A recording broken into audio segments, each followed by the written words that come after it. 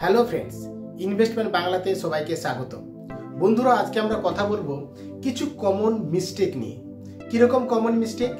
Generally শুনে থাকবেন, প্রায় আমরা সবাই এই জিনিসটা ফেস করি কি রিটায়ারমেন্টের প্ল্যানিং যা করি, রিটায়ারমেন্টের প্ল্যানিং যেভাবে করা হয় রিটায়ারমেন্টের সময় সেই রকম ফল পাই না। মানে কিরকম?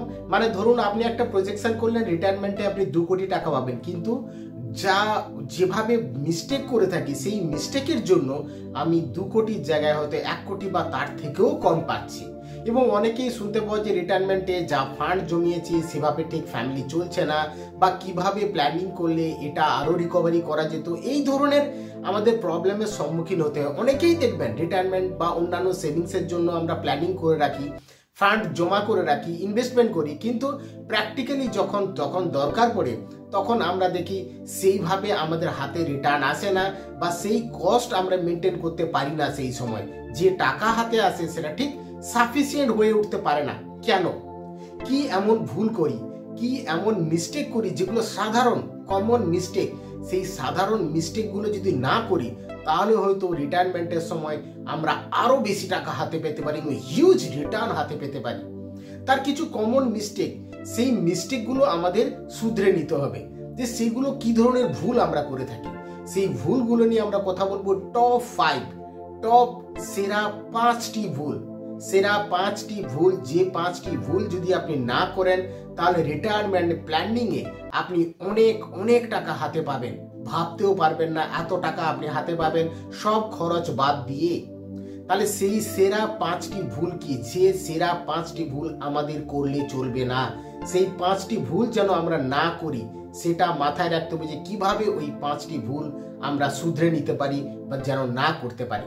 তো বন্ধুরা, তার আগে প্লিজ রিকোয়েস্ট, যে ভিডিওটি দেখছেন ভিডিওটি নিচে দেখুন সাবস্ক্রাইব বাটন আছে, সেই সাবস্ক্রাইব বাটনে ক্লিক করে চ্যানেলটিকে সাবস্ক্রাইব করুন, এবং অবশ্যই করে কমেন্ট এবং লাইক করবেন। ভিডিওটিকে লাইক মাস্ট করবেন এবং কমেন্ট করবেন।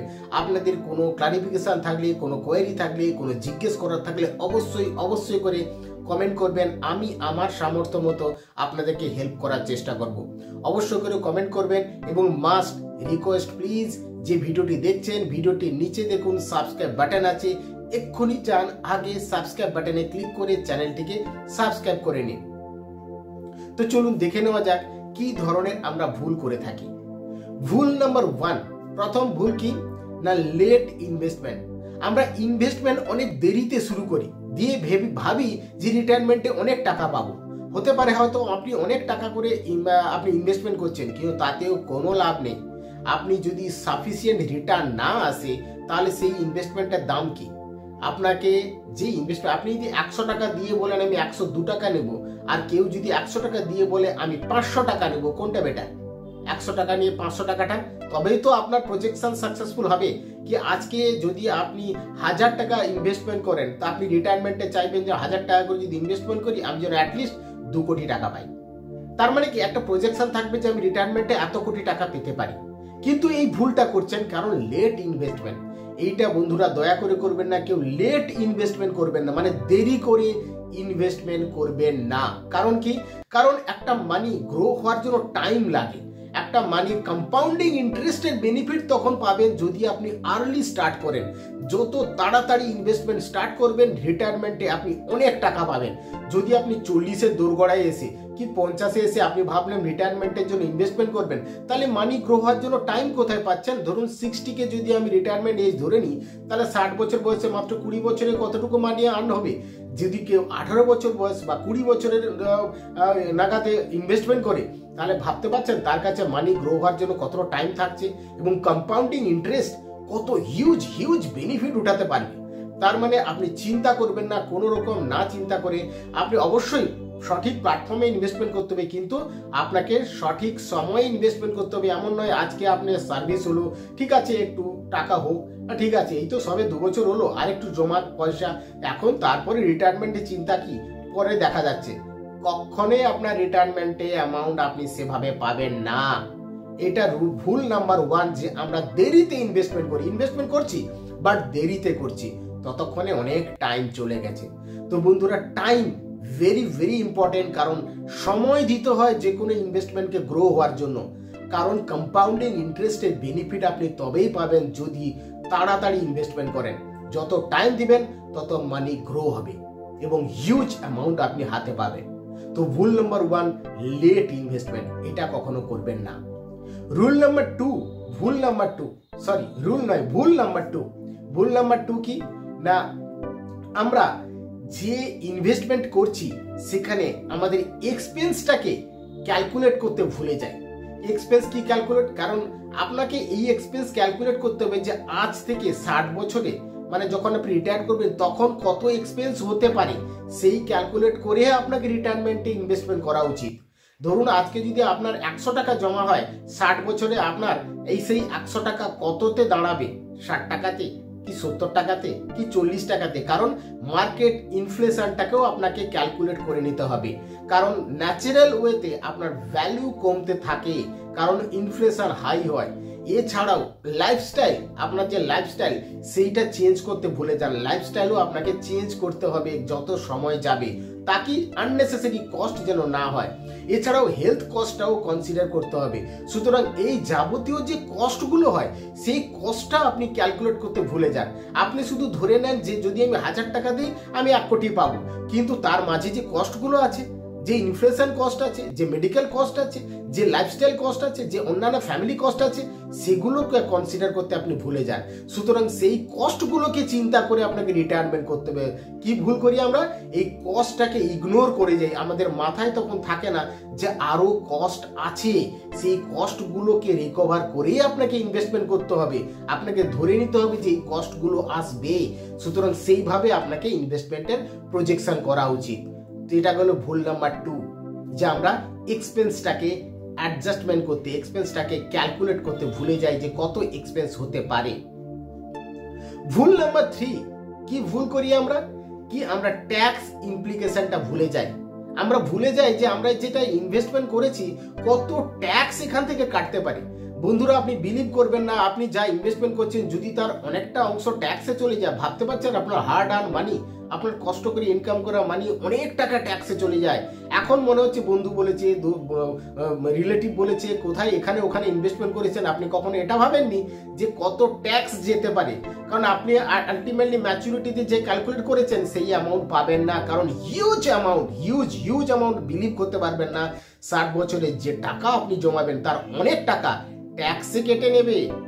সুতরাং আপনাকে সেটা ভাবতে হবে আপনি কোথায় ইনভেস্টমেন্ট করছেন, সেখানে কি ট্যাক্স এক্সাম্পশন আছে, ম্যাচুরিটিতে ট্যাক্স এক্সাম্পশন আছে, আর যে ইন্টারেস্ট আর্ন করছেন তাতে কি ট্যাক্স এক্সাম্পশন আছে, আপনি যে ইনভেস্টমেন্ট করছেন তাতে কি আপনি ট্যাক্স ডিডাকশন ক্লেম করতে পারছেন। তার মানে ট্যাক্সটা ভেরি ভেরি ইম্পর্টেন্ট, কি ট্যাক্স ইমপ্লিকেশন আছে কিনা এটাকেও ক্যালকুলেট করা খুব দরকার। সুতরাং এটা ভুলে গেলে চলবে না। এই ভুলটা আমরা করে থাকি, আমরা ট্যাক্সটাকে ভুলে যাই যে এখানে ট্যাক্স কি জড়িয়ে আছে। সুতরাং আমাকে সেই রকম ইনভেস্টমেন্টে ইনভেস্ট করতে হবে, সেই রকম ইনস্ট্রুমেন্ট চুজ করতে হবে যেখানে ট্যাক্স ইমপ্লিকেশন নেই, ট্যাক্স এক্সাম্পশন আছে। সুতরাং ট্যাক্স এক্সাম্পশন ইনস্ট্রুমেন্ট গুলোকে আপনাকে ভালো করে লক্ষ্য করতে হবে, কনসিডার করতে হবে। সেইগুলো হতে পারে ইন্টারেস্ট 1% কম কি 2% কম, বাট ট্যাক্স তো বাড়ছে, কারণ ট্যাক্সে অনেক টাকা যায়, অনেক ইমাজিন করতে পারবেন না। তো সুতরাং এই জিনিসটা আমরা ভুলে যাই, ট্যাক্স ইমপ্লিকেশন। রুলস নাম্বার 4 কি আমরা পোর্টফোলিওকে ডাইভার্সিফাই করতে ভুলে যাই। আমরা যে কোনো এক জায়গাতে ইনভেস্টমেন্ট করে দিই। কখনো দেখবেন যে এখানে ভালো, এখানে ইনভেস্টমেন্ট করে দিলাম আর রিটায়ারমেন্টে নিশ্চিত আমি অনেক টাকা পেয়ে যাব। ভুল, কারণ আপনাকে সবসময় ডিফারেন্ট অ্যাসেট ক্লাসে সেগ্রিগেট করে ইনভেস্টমেন্ট করা উচিত। অ্যাসেট ক্লাস মানে কি? মানে ধরুন আপনি ফিক্সড ডিপোজিটে কিছু রাখলেন, আপনি এনপিএস বা লং টার্ম রিটায়ারমেন্টে কিছু রাখলেন, আপনি ধরুন গোল্ডে কিছু রাখলেন মেটার, কারণ বিভিন্ন ধরুন রিসেশনে গোল্ড আপ হয়। ধরুন রিয়েল এস্টেটে কিছু রাখলেন, রিয়েল এস্টেটের মার্কেট বুম হতে থাকে, ভালো ইন্টারেস্ট পেতে পারেন। আবার ধরুন ফিক্সড ডিপোজিট যেখানে ভালো ইন্টারেস্ট, লায়াবিলিটি, সিকিউরিটি একদম নিশ্চিন্তে আপনি টাকা পাবেন গ্যারান্টেড, সেখানে কিছু রাখলেন। তারপরে আপনি কি আপনাকে টাকাটা বিভিন্ন জায়গাতে আপনাকে ছড়িয়ে রাখতে হবে, তাকি মার্কেট যে কোনো কন্ডিশন হোক, আপ হোক ডাউন হোক, যেমনই কন্ডিশন হোক, আপনার পোর্টফোলিও অলওয়েজ গ্রিন থাকবে এবং আপনি রিটায়ারমেন্টে হিউজ অ্যামাউন্ট পাবেন, যেটা আপনি কল্পনাও করতে পারবেন না।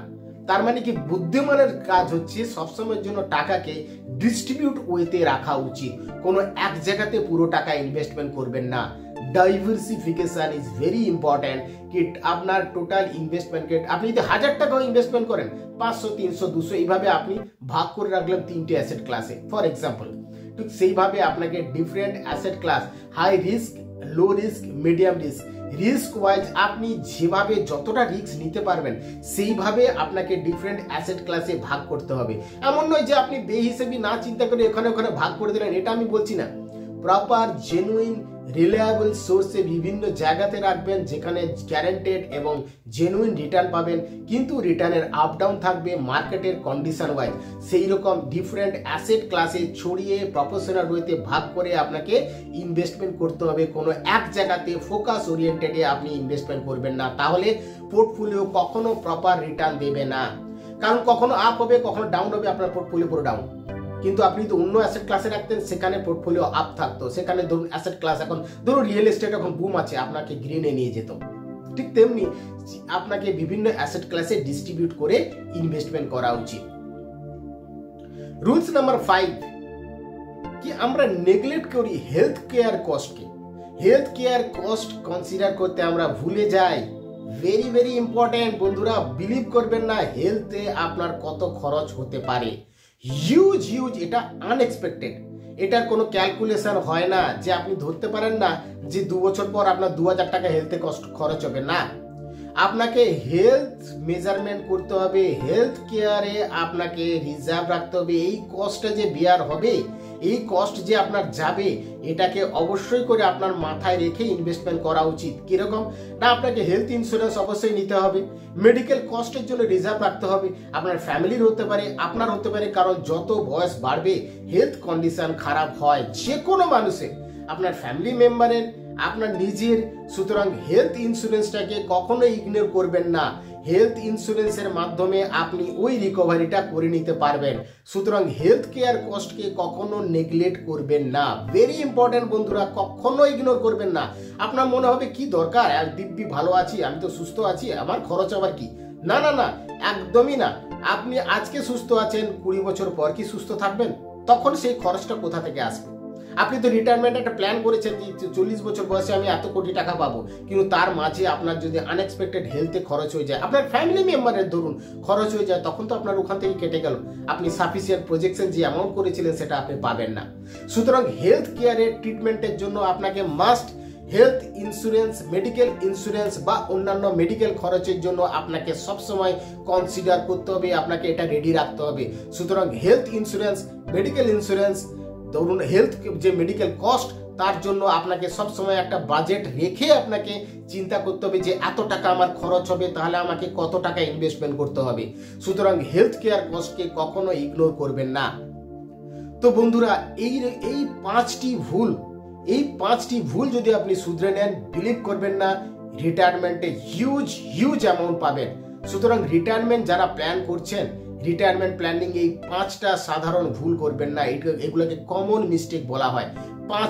টপ 5টা মিস্টেক বললাম, এছাড়াও অনেক মিস্টেক আমরা করতে পারি, কিন্তু যে 5টা মিস্টেক না কখনোই করা চলবে না আপনাকে। আপনি যদি 5টা মিস্টেক করেন তাহলে কিন্তু আপনি রিটায়ারমেন্টে সাফিসিয়েন্ট অ্যামাউন্ট পাবেন না। তখন বাকি যারা বলে যে রিটায়ারমেন্টে আমি এই কস্ট চালাতে পারছি না, আমার ঠিকঠাক প্ল্যানিং হয়নি, আমি টাকা পেলাম না, কাজ যদি আমি আগে এগুলো ভাবতাম তাহলে আমার এটা হতো না, তো তাদের দলে আপনি পড়বেন না।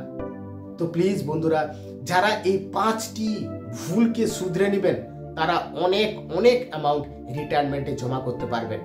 কারণ আপনাকে লং টার্মে ইনভেস্টমেন্ট করতে হবে। যে কোনো ইনভেস্টমেন্ট খেয়াল রাখবেন লং টার্মের জন্য করবেন, রিটায়ারমেন্ট পারপাসে করবেন। তো বন্ধুরা, এই লং টার্ম ইনভেস্টমেন্ট করতে গেলে, রিটায়ারমেন্টের জন্য আপনাকে প্ল্যানিং করতে গেলে এই 5টি ভুল কখনো করবেন না।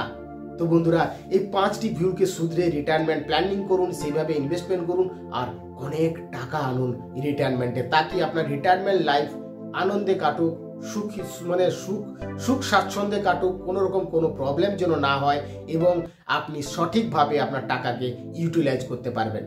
তো বন্ধুরা, যদি এই ইনফরমেশন আপনার ভালো লেগে থাকে, প্লিজ রিকোয়েস্ট চ্যানেলটিকে সাবস্ক্রাইব করুন। যে ভিডিওটি দেখছেন দেখুন নিচে সাবস্ক্রাইব বাটন আছে, সাবস্ক্রাইব বাটনে ক্লিক করে চ্যানেলটিকে সাবস্ক্রাইব করুন। ভিডিওটিকে মাস্ট অবশ্যই করে লাইক করবেন এবং অবশ্যই করে কমেন্ট করবেন। যদি আপনার কোনো রকম কোনো হেল্প লাগে, জানার লাগে, কমেন্ট করবেন। আবার দেখা হবে পরের ভিডিওতে। Bye bye.